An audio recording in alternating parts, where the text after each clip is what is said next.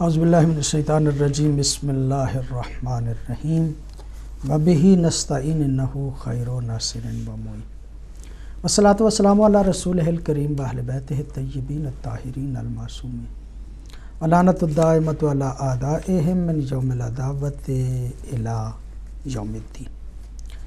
اما بعد فقد قال اللہ تبارک و تعالی فی کتابہ الحکیم بسم اللہ الرحمن الرحیم وعلم آدم الاسماء کلہا۔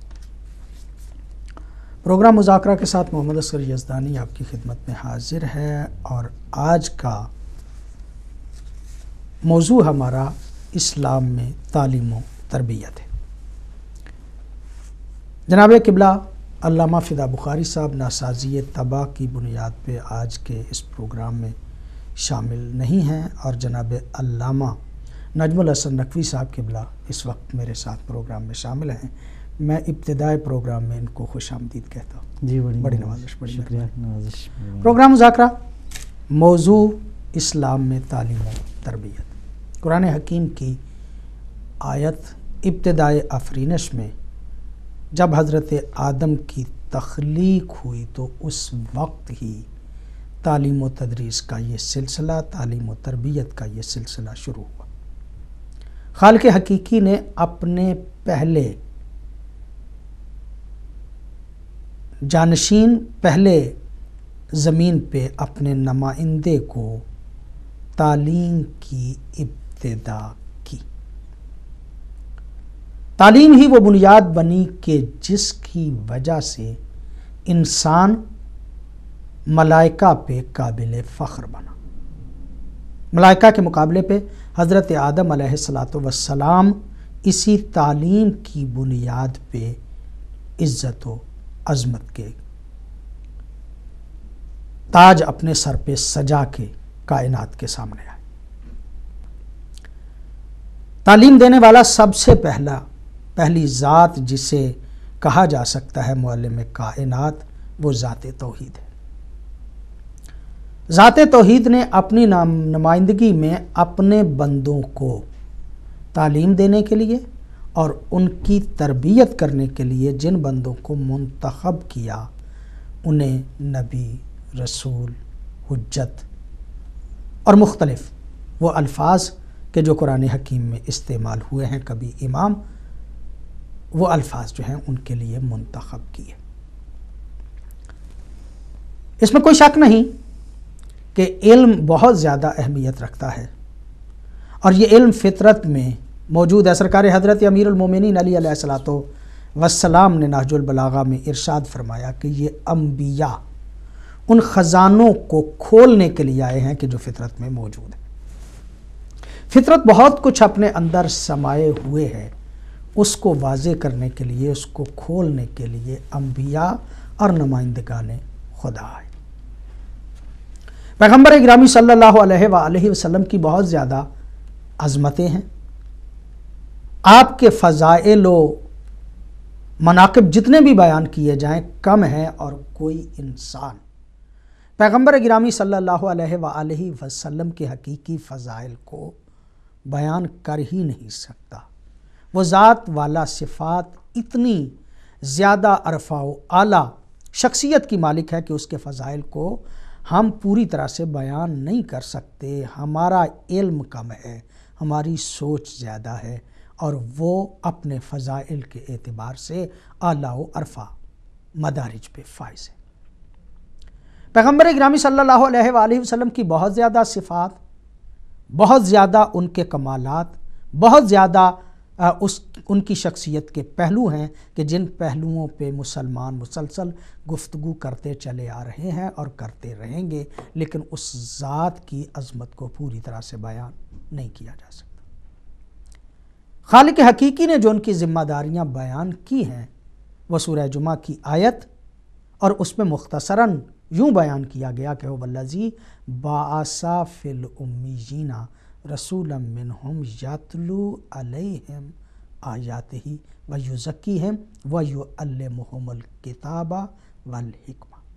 پیغمبر گرامی صلی اللہ علیہ وآلہ وسلم کو معلم کائنات بھی قرار دیا گیا، اور کائنات کا تزکیہ بھی انہی کے ذمہ لگا۔ میں سمجھتا ہوں کہ تعلیم تو پیغمبر گرامی کے لیے لفظ یعلمہم الکتاب کے یعلمہم ان کو تعلیم دیتا ہے، وَیُزَکِّیہم اور ان کا تزکیہ نفس کرتا ہے۔ یہ تزکیہ نفس کو اگر تربیت کہا جائے تو زیادہ مناسب ہوگا، بلکہ یوں کہنا چاہیے کہ تربیت اسی کے ضمن میں آتی ہے، یُزَکِّیہم، یعنی خالق حقیقی نے ارشاد فرمایا کہ میرا نبی ان کا تزکیہ نفس کرتا ہے، ان کا تزکیہ کرتا ہے، ان کو پاکیزہ کرتا ہے۔ یہی بات جو ہے اسی کو تربیت کہتے ہیں۔ اللہ رب العزت نے اپنے پیارے نبی کے جو ذمے لگایا وہ بنیادی طور پہ یہی ہے کہ وہ تعلیم بھی دیں اور تربیت بھی دیں۔ یعنی اس کائنات کے جو معلم ہیں، جن کو اللہ رب العزت نے معلم کائنات قرار دیا جن نمائندوں کو، وہی نبی اور وہی رسول ہے۔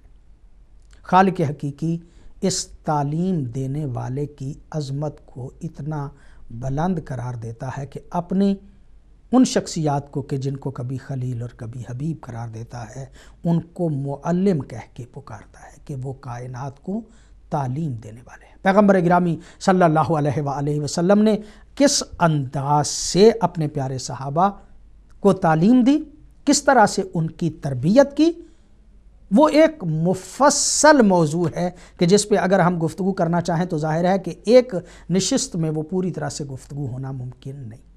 پیغمبر گرامی صلی اللہ علیہ وآلہ وسلم کے بعد آپ کے جانشین برحق نے بھی اس کائنات کی تربیت بھی کی ہے اور ان کو تعلیم بھی دی ہے۔ سرکار حضرت علی علیہ السلام کی ساری زندگی اسی بات پہ رہی کہ وہ کائنات کی تعلیم و تربیت کرتے رہیں۔ مختلف عنوانات سے، مختلف زاویوں سے، مختلف پہلوؤں سے حضرت علی علیہ السلام کائنات کو بھی سمجھاتے رہے اور کائنات میں رہنا کس طرح ہے، اس کا ہدف اور مقصد کیا ہے، وہ بھی سمجھاتے رہے۔ پیغمبر گرامی چونکہ کہہ گئے تھے کہ انا مدینۃ العلم و علی بابھا، میں علم کا شہر ہوں اور علی اس کا دروازہ ہے۔ یہ حدیث بار بار پڑھنے کا موقع ملتا ہے اور اس کو پڑھنا بھی چاہیے کہ پیغمبر گرامی صلی اللہ علیہ وآلہ وسلم نے اپنے بعد اپنے علم کا جس کو وارث قرار دے کر اس کائنات کا معلم قرار دیا تھا وہ علی علیہ السلام ہے۔ سرکار حضرت علی کے بعد آپ کے جانشین برحق حضرت امام حسن اور پھر حضرت امام حسین، یعنی معصومین علیہم السلام کا یہ مسلسل ایک سلسلہ جسے سلسلہ الذہب کا نام دیا جاتا ہے، یہ بھی کائنات کو تعلیم دیتے رہے، تربیت دیتے رہے۔ اگر ہم سمجھنا چاہیں کہ معاشرے میں تعلیم کس طرح سے دینی چاہیے، کیا انداز اختیار کرنا چاہیے، شاگرد اور استاد کا آپس میں رابطہ کیسا ہونا چاہیے، سرکار حضرت امام جعفر صادق اور حضرت امام محمد باقر علیہ السلام کے زمانے میں چونکہ حکومتوں کی کشمکش تھی اور اس دور میں ان کو ذرا زیادہ تعلیم و تربیت کا موقع ملا، لہٰذا یہی وجہ ہے کہ اس دور میں بہت زیادہ شاگرد پیدا کیے، 4000 تک شاگرد کہے جاتے ہیں کہ سرکار حضرت امام جعفر صادق نے مختلف موضوعات پہ اپنے شاگردوں کو طاق بنایا،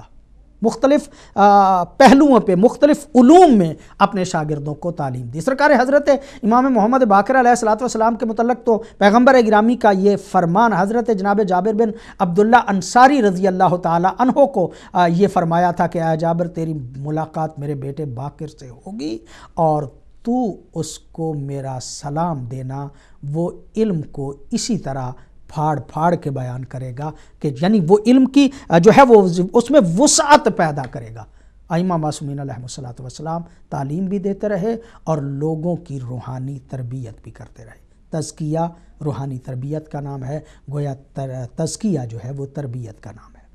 اگر ہم دیکھنا چاہیں کہ استاد اور شاگرد کا تعلق کیسا ہے، اگر ہم دیکھنا چاہیں کہ علم کی فضیلت کیا ہے، اگر ہم چاہیں کہ معاشرے میں کس انداز سے اس سلسلے کو آگے بڑھانا چاہیے، تو اس میں ہمارے سامنے جو نمونہ عمل ہیں وہ پیغمبر گرامی صلی اللہ علیہ وآلہ وسلم اور آپ کی اولاد پاک یعنی آپ کے جانشین برحق ہیں۔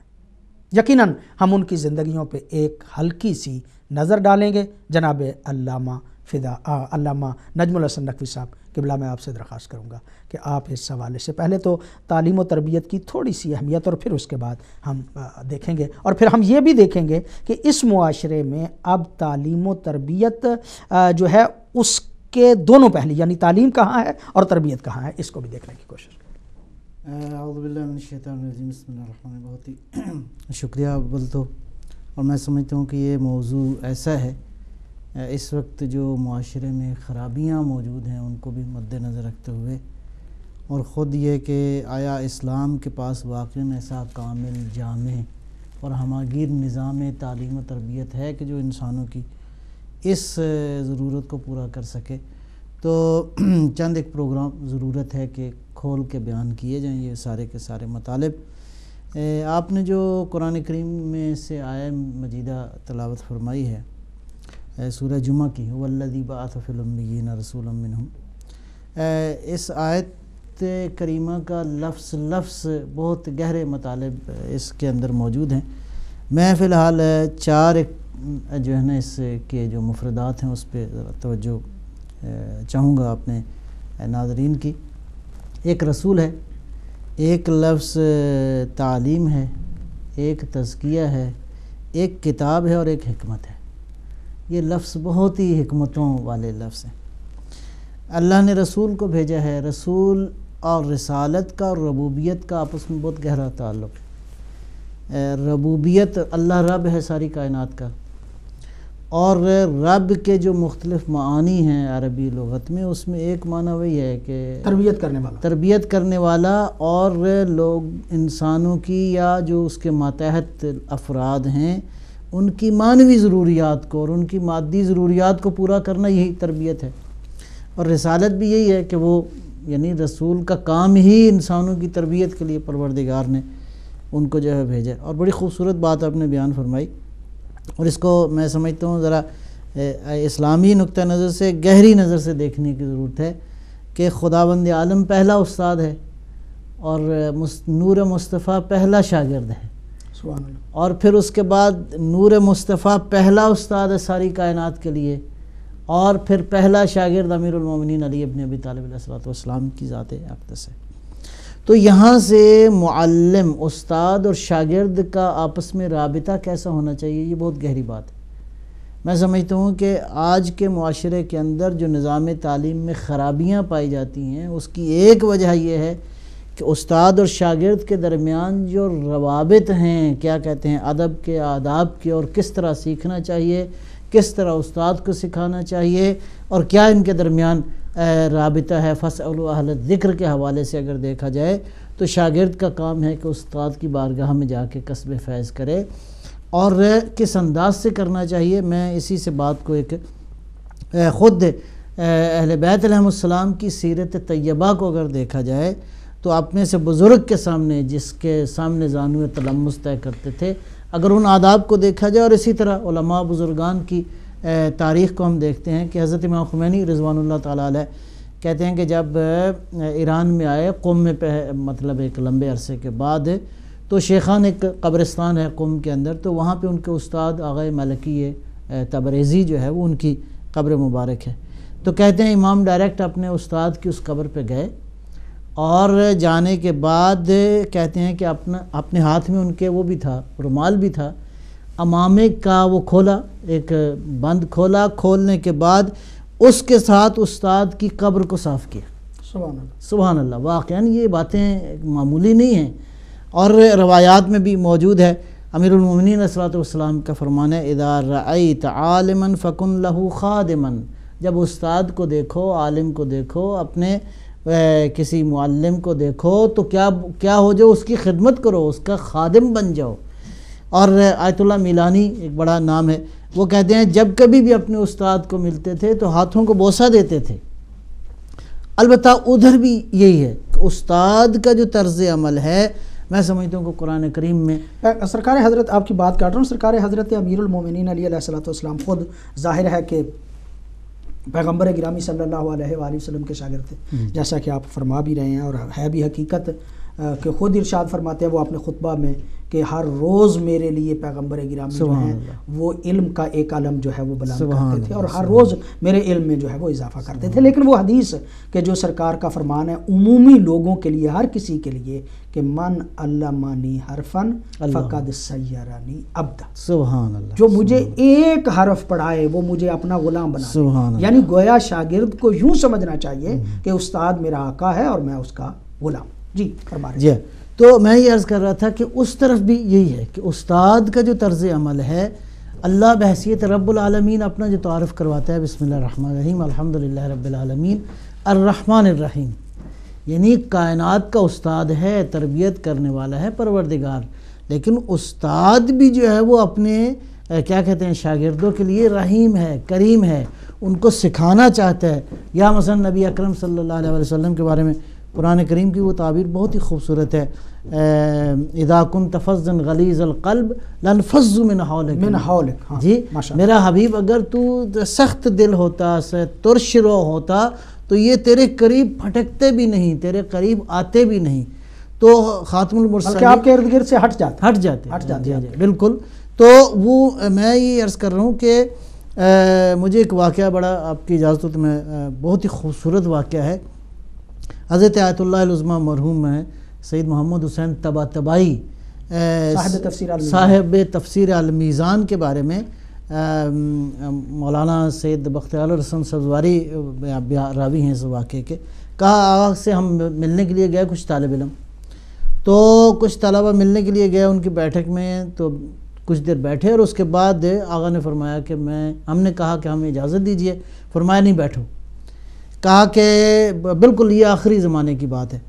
کہا کہ جب چلے گئے تو ہم طالب علم تھے، ہم نے سمجھا شاید کوئی مطلب ہے استاد ہیں، بزرگ ہیں، تو شاید کچھ طلبہ کو خدمت کرنا چاہتے ہیں.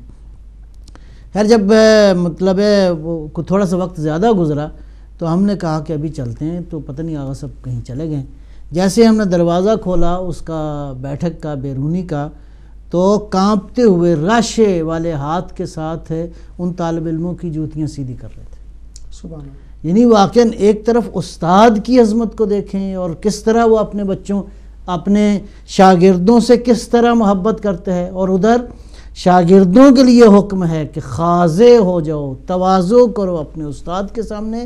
اور یہ بعض بزرگ کہتے ہیں کہ کسی معاشرے میں اگر 3 طرح کے لوگ ٹھیک ہو جائیں، ایک حکمران ٹھیک ہو جائیں، ایک تاجر پیسے والے لوگ ٹھیک ہو جائیں، اور ایک مربی ٹھیک ہو جائے، استاد ٹھیک ہو جائے. جس معاشرے میں یہ 3 قوتیں اور خصوصاً استاد اگر ٹھیک ہو جائے تو وہ معاشرہ آہستہ آہستہ. لیکن قبلہ اس وقت اگر اس اسلام کے تعلیم و تربیت کے انداز کو اور موجودہ دور میں، ترقی یافتہ دور میں، جب کہ یہ کہا جا رہا ہے کہ دنیا پہ حکومت کرنے کے لیے لوگ سوچ رہے ہیں بلکہ کر رہے ہیں، اس دور میں کہ جب ہر طرف علم کی راہیں جو ہیں وہ کھلتی جا رہی ہیں، ٹیکنالوجی کا دور ہے، سائنس دن بدن ترقی کرتی جا رہی ہے، لیکن یہ بات بھی ہے اپنے طور پہ کہ جو ٹین ایجر لوگ ہیں ان کا اور ان کے اساتذہ کا جو تعلق ان ملکوں میں ہے، اتنا بھیانک بیان کیا جاتا ہے اور اتنا عجیب بیان کیا جاتا ہے کہ اساتذہ پریشان ہیں اور ذہنی طور پہ مریض بنتے جا رہے ہیں طالب علموں کی حرکتوں کی وجہ سے. اچھا، یہ جو طالب علموں کی حرکتیں اپنے اساتذہ کے متعلق ہیں، اساتذہ جو ہیں اس میں ان کو مطلب کون سا ایسا انداز اختیار کرنا چاہیے، اور یہ بچوں کے حوالے سے کون سے ایسے کام ہونے چاہیے اس معاشرے میں تاکہ یہ جو ذہنی پریشانی کا سبب استاد دن بدن بنتے جا رہے ہیں اس کا کوئی حل نہیں کر سکتا؟ کیا اسلام میں اس کا کوئی حل ہے؟ میں عرض کرتا ہوں، میں اسی آیت کے وہ جو تعبیرات ہیں کہ جب تک یہاں پہ مشکل یہ ہے کہ اس نظام تعلیم کے اندر علم کو حاصل کیا جاتا ہے جسٹ فقط سند کو، ڈگری کو حاصل کرنے کے لیے، اور وہ ڈگری بھی اس لیے ہوتی ہے تاکہ کوئی اچھا جاب مل جائے اور جا کے سوسائٹی میں آپ پیسہ کمانا شروع کر دیں. جبکہ اسلام جو ہے وہ اس کے مقابل جو نقطہ نظر ہے اسلام کا، وہ کہتا ہے کہ علم حاصل کرنا بھی عبادت ہے، علم سکھانا بھی عبادت ہے. یہ جو اللہ کی بندگی کے ساتھ ربط جوڑ دیتا ہے. اب وہ جو ڈگریاں حاصل کرنا اور ڈگری کے نتیجے میں جا کے سوسائٹی میں پیسے کمانے کے لیے اس کو ذریعہ قرار دینا، وہ تحت شعاع چلی جاتی ہے بات. اگرچہ انسان حاصل کرتا ہے، ڈگری حاصل کرنے کے بعد معاشرے کے اندر جو ہے وہ ایک مقام حاصل کر لیتا ہے، میں سمجھتا ہوں کہ حقیقت میں کیا ہوا ہے کہ علم کو اب دیکھیں کہ یہ جو ہے نا یزکیہم ویعلمہم الکتاب والحکمہ، حکمت اور علم، کتاب و حکمت کی جو تعلیم ہے، کتاب جو میں تقریباً سمجھ پایا ہوں اس سے، وہ ہے خالی معلومات کا فراہم کرنا، اور جو حکمت ہے وہ در حقیقت عقل کی تربیت کرنا ہے، یعنی عقل کو کی نشو و نما کرنا ہے، عقل کو پروان چڑھانا ہے. لیکن یہ علم اور عقل اسی وقت مفید ہیں جب تک یہ تزکیہ نفس کے ساتھ مربوط ہوں. اس نظام تعلیم کے اندر تزکیہ نفس نہیں ہے بلکہ سیکس کی ایجوکیشن ہے. اس نظام تعلیم کے اندر یہ ایک بڑی بنیادی، یعنی تزکیہ نفس کا مطلب کیا لیا جائے؟ اللہ سے ربط. یعنی تزکیہ، ہاں میں سمجھتا ہوں کہ دیکھیں اللہ سے ربط یقیناً ہے، اس میں کوئی شک نہیں ہے.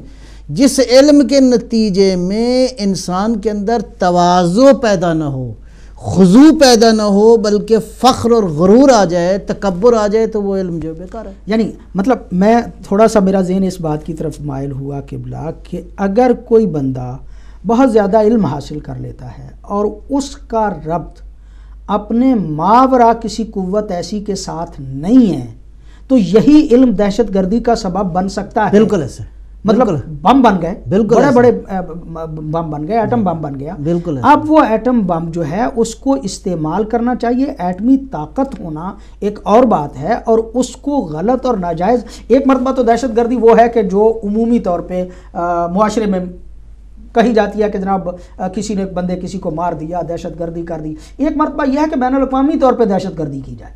یہ ساری دہشت گردیاں روکنے کا جو ذریعہ ہے اس علم کے ساتھ ساتھ وہ اس ذات کے ساتھ تعلق. اللہ اکبر، بالکل ایسا ہی ہے.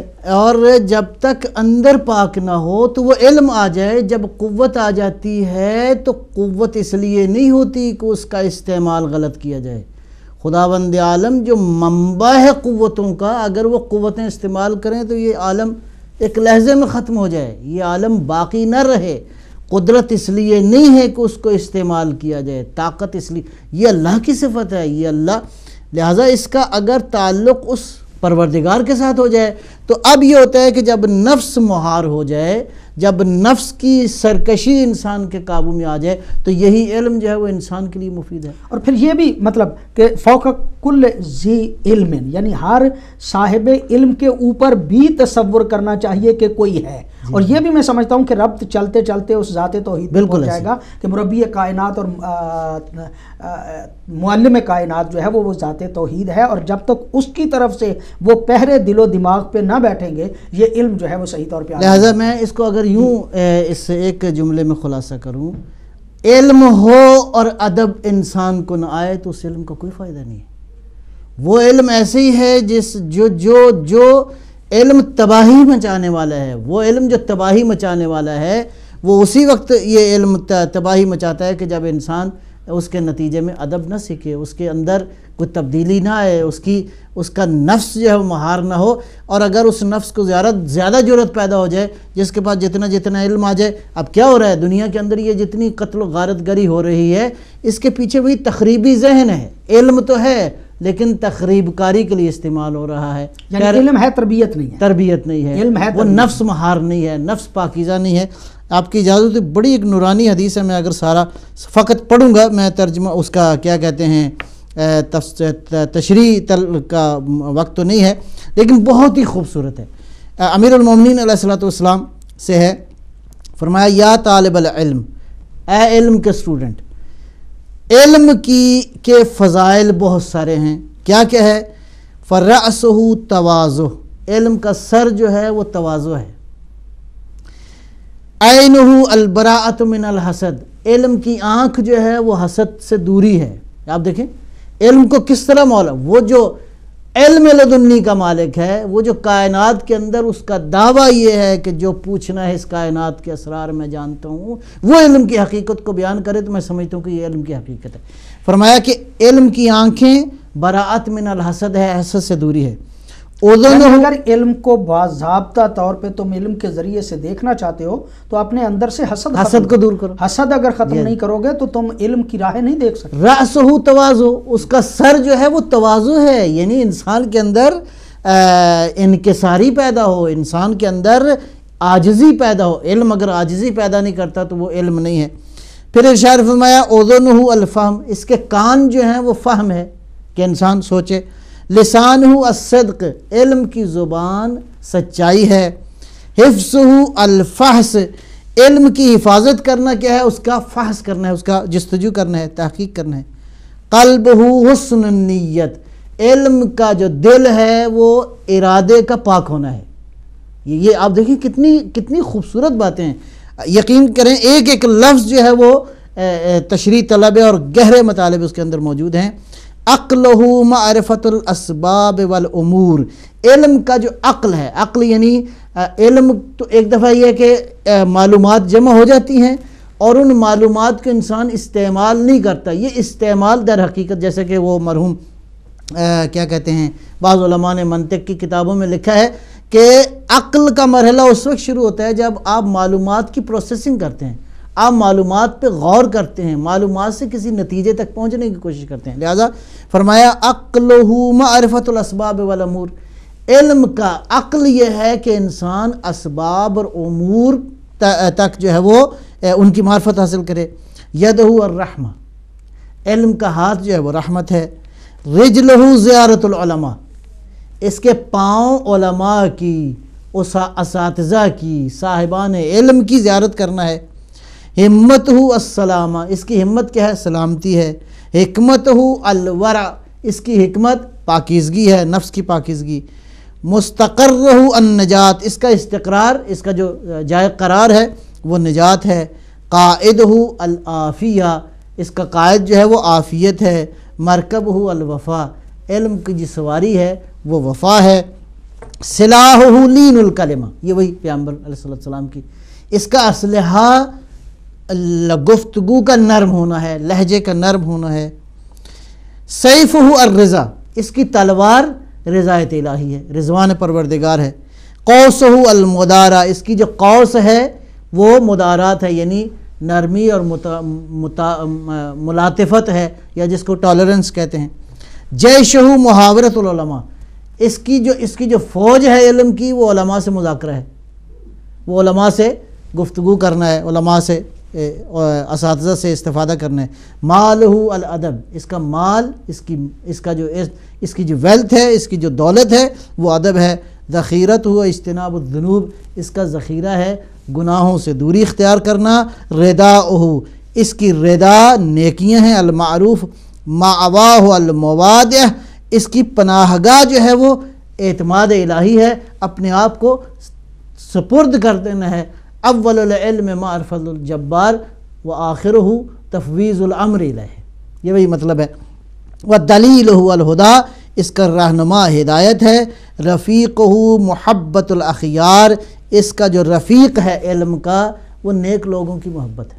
ماشاءاللہ. سرکار حضرت امیر المومنین علیہ السلام کا یہ فرمان کہ جس میں علم کی تمام نہج جو ہے اس کو کس طرح سے وسعت دینا ہے، کس طرح سے اس کو لے کے چلنا ہے، کس طرح اس کا خزانہ کرنا ہے. مطلب علماء کے ساتھ مذاکرہ ہونا چاہیے، تفحص ہونا چاہیے، پاکیزگی ہونی چاہیے، تواضع ہونی چاہیے، زیارت علماء ہونی چاہیے. یہ ساری چیزیں جو ہیں معاشرہ، جو بات کرنا چاہ رہا تھا میں وہ یہ ہے کہ اس معاشرے میں اب معاملہ دن بدن بگڑتا جا رہا ہے. ٹین ایجر میں نے عرض کیا کہ اساتذہ اور شاگردوں کے معاملات جو ہیں وہ کچھ اس طرح سے ہیں کہ وہ چونکہ ایک مسئلہ یہ بھی ہے کہ یہاں پہ جو نظام تعلیم ہے اس نظام تعلیم میں آپ اپنے شاگرد کو کوئی فزیکل سزا جو ہے وہ نہیں دے سکتے. آپ مار نہیں سکتے کسی طرح سے. زیادہ سے زیادہ سزا یہ دے دی جاتی ہے کہ چھٹی دے دی جاتی ہے، کلاس سے نکال دیا جاتا ہے، وغیرہ وغیرہ چھوٹی موٹی سزائیں، جن سزاؤں کی وجہ سے شاگرد جو ہیں وہ جری ہوتے جاتے ہیں. کیا اسلام میں تعلیم و تربیت میں شاگرد کے لیے کوئی ایسی چیزیں ہیں یعنی اسلام اس حوالے سے کیا تصور دیتا ہے؟ ظاہر ہے فزیکل سزا دینا تو اسلام بھی اس کو جائز قرار نہیں دیتا ہوگا۔ بالکل آپ نے بجا فرمایا اور بڑے اہم نقطے کی طرف اشارہ کیا ہے۔ میں سمجھتا ہوں کہ دیکھیں تعلیم و تربیت کے جو ماحول دین بیان کرتا ہے اس میں خالی استاد ہی اہم نہیں ہے، استاد ایک بڑا اہم رول ادا کرتا ہے۔ اس میں ماں باپ ہیں، اس میں دوست ہیں جس کسی نے بھی تعلیم حاصل کرنی ہے، اس میں سوسائٹی ہے اور سارا سوسائٹی کا انوائرمنٹ ہے، یہ سارا اس میں انوالو ہے۔ اس کے اندر رزق کی انوالومنٹ ہے کہ رزق کیسا ہے، انسان کیسا رزق کھا رہا ہے، اس کے کھانے پینے کے یہ سارے سلسلے کیا ہیں۔ اس کے علاوہ جو ہے وہ ادارے جن کا بنیادی طور پہ تعلیم و تربیت سے تعلق ہے وہ دو طرح کے ہیں، ایک حکومتی ادارے ہیں اور ایک مذہبی ادارے ہیں۔ میں یہ سمجھتا ہوں کہ اگر واقعاً ہم چاہتے ہیں کہ معاشرے کے اندر اسلام کا دیا ہوا یا دین کا بطور کلی اگر ہم کہیں کہ مذہب نے جو نظام تعلیم و تربیت دیا ہے، میں سمجھتا ہوں کہ کلیات ان مذاہب کے اندر ملتی جلتی ہیں، بہت سارے اس حوالے سے مشترکات پائے جاتے ہیں۔ اگر دین کا نظام تعلیم رائج ہو جائے تو یہ سکون، یعنی دین سے مراد آپ کی صرف اسلام نہیں، مطلب اس سوسائٹی کی بطور کلی اس سوسائٹی ان کے ہاں بھی کچھ مذہبیات ہیں۔ ہاں اس کے ظاہر ہے کہ مسیحیت کے اندر بہرحال ایک نظام تعلیم و تربیت یقیناً اس کی ایک شکل موجود ہے، اور یہ جو موجودہ نظام تعلیم جو رائج ہے اس وقت، جو آپ کہہ سکتے ہیں اس رائج نظام تعلیم کے اندر بھی بہرحال بہت ساری خوبیاں موجود ہیں۔ میں عرض کروں آپ کی خدمت میں کچھ چند سال پہلے ایک کورس میں نے کیا، یہ ایجوکیشن کے حوالے سے بھی، تو میں اس کورس کے دوران بارہا یہ محسوس کیا کہ یہ بہت ساری باتیں ایسی ہیں جو ہماری احادیث میں موجود ہیں۔ پہلے سے صدیوں سے اہل بیت علیہ السلام کی احادیث و روایات میں یہ چیزیں موجود ہیں۔ میں یہ سمجھتا ہوں کہ سنجیدگی کے ساتھ اہل حل و عقد کو بیٹھ کر اس مسئلے کا حل تلاش کرنا چاہیے۔ ہم یہاں ٹی وی بہرحال ایک ذریعہ ہے جو کہ لوگوں کو ایجوکیٹ کر سکتا ہے، لوگوں تک ایک رہنمائی، ایک علمی رہنمائی جو ہے وہ پہنچا سکتا ہے، لیکن اس کا حل جو ہے وہ ظاہر ہے کہ کسی ایک ادارے کے پاس نہیں ہے۔ میں سمجھتا ہوں کہ یہاں کے جو نظام تعلیم کے جو بڑے لوگ ہیں، جو مؤثر لوگ ہیں، ان کو چاہیے، اور جو نظام تعلیم اہل دین جس کا دعویٰ کرتے ہیں، کیا کریں، کیا میں عرض کرتا ہوں کہ ان کو بیٹھ کے ایک بار پھر نئے سرے سے دیکھنا چاہیے کہ بہرحال اسلام بھی ایک حد تک تو کہتا ہے، اسلام کی نظر میں بھی ذہنی ٹارچر جو ہے وہ دینا ٹھیک نہیں ہے، لیکن ایک حد تک جو ہے وہ کیا کہتے ہیں کہ ایک حد کے بعد جا کے کچھ بچے کو خوف یہ ہونا چاہیے کہ اگر میں نے استاد کی بات نہ مانی تو مجھے بہرحال اس کا نتیجہ جو ہے بھگتنا پڑے گا۔ لیکن بچوں کے ذہن میں جب ٹین ایجر کے معاملے میں یہاں کے قانون، میں سمجھتا ہوں کہ اس قانون میں بنیادی طور پہ تبدیلی کی ضرورت ہے۔ بچہ یہ قتل کر دے، بچہ جا کے کسی کی گاڑی میں بم پھینکائے، بچہ ٹین ایجر جو ہے وہ جا کے کسی کو گالیاں دے دے، وہ جا کے کسی کی توہین کر دے، کوئی پوچھنے والا نہیں ہے، ایون اس کے ماں باپ اس کو پوچھنے والے نہیں ہیں۔ میں سمجھتا ہوں کہ اس قانون کو ایک بار پھر اس کو ریوزٹ کرنے کی ضرورت ہے کہ یہ جو بچے کو آزادی دی گئی اتنی جو کھلی، یہ آزادی جو ہے اس کے حوالے سے، مطلب استاد کے پاس تو جاتا ہے کچھ وقت کے لیے، زیادہ وقت وہ رہتا ہے اپنے ماں باپ کے پاس، اور پھر بچپن سے لے کے اس کے ماں باپ کی ذمہ داری اس حوالے سے میں سمجھتا ہوں کہ زیادہ بنتی ہے۔ اور اسلام بھی کئی روایات میں بھی ہم نے اس حوالے سے پڑھا کہ کئی حصوں میں انسانی زندگی کو جو ہے وہ تقسیم کیا گیا، اور پچھلے پروگرام میں بھی آپ لوگوں نے کہا کہ کئی حصوں میں تقسیم کیا ہے اسلام نے بچے کی زندگی کو۔ تو اصل میں استاد کے پاس پہنچنے سے پہلے جو ماں باپ اس کی اخلاقی تربیت کر سکتے ہیں، اگر وہ اخلاقی تربیت ماں باپ کریں گے تو اس کا اثر جا کے اس کا اسکول پہ بھی ہوگا، اور اگر گھر کے ماحول میں اور گھر میں وہ بچہ جو ہے اس کی پوری طرح سے دیکھ بھال نہیں کی گئی ہوگی تو پھر وہ استاد کے لیے بھی مسئلہ۔ میں دو تین اور نقطے بھی عرض کروں گا۔ ایک تو یہ ہو گیا کہ قانون میں بہرحال اس کو ریویو کرنے کی ضرورت ہے۔ دو، اس سوسائٹی کے اندر جو فلمیں ہیں، جو ویڈیو فلمیں ہیں، جو سی ڈیز ہیں، جو اس وقت آزاد میڈیا ہے جس کو کوئی لگام دینے والا نہیں ہے، یہ بہرحال یہ بچے کیسے تربیت کرے گا؟ یہ بچے بالکل استاد کا احترام ان کو کرنا چاہیے ہی نہیں۔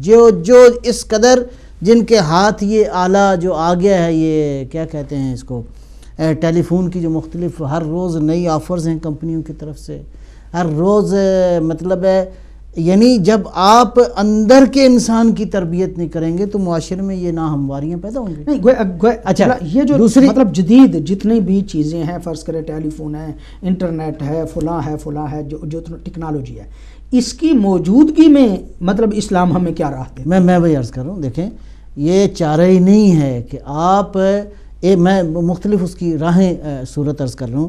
ایک تو یہاں کی ظاہر ہے کہ حکومت ہے، حکومت کے پاس بہت سارے وسائل موجود ہیں، اگر چاہتے ہیں کہ واقعاً اس سوسائٹی کے بچے وہ تربیت پا جائیں۔ بہرحال ایک طرف تو یہ نظام تعلیم ہے، اس سے ہٹ کے ہم کیا کر سکتے ہیں؟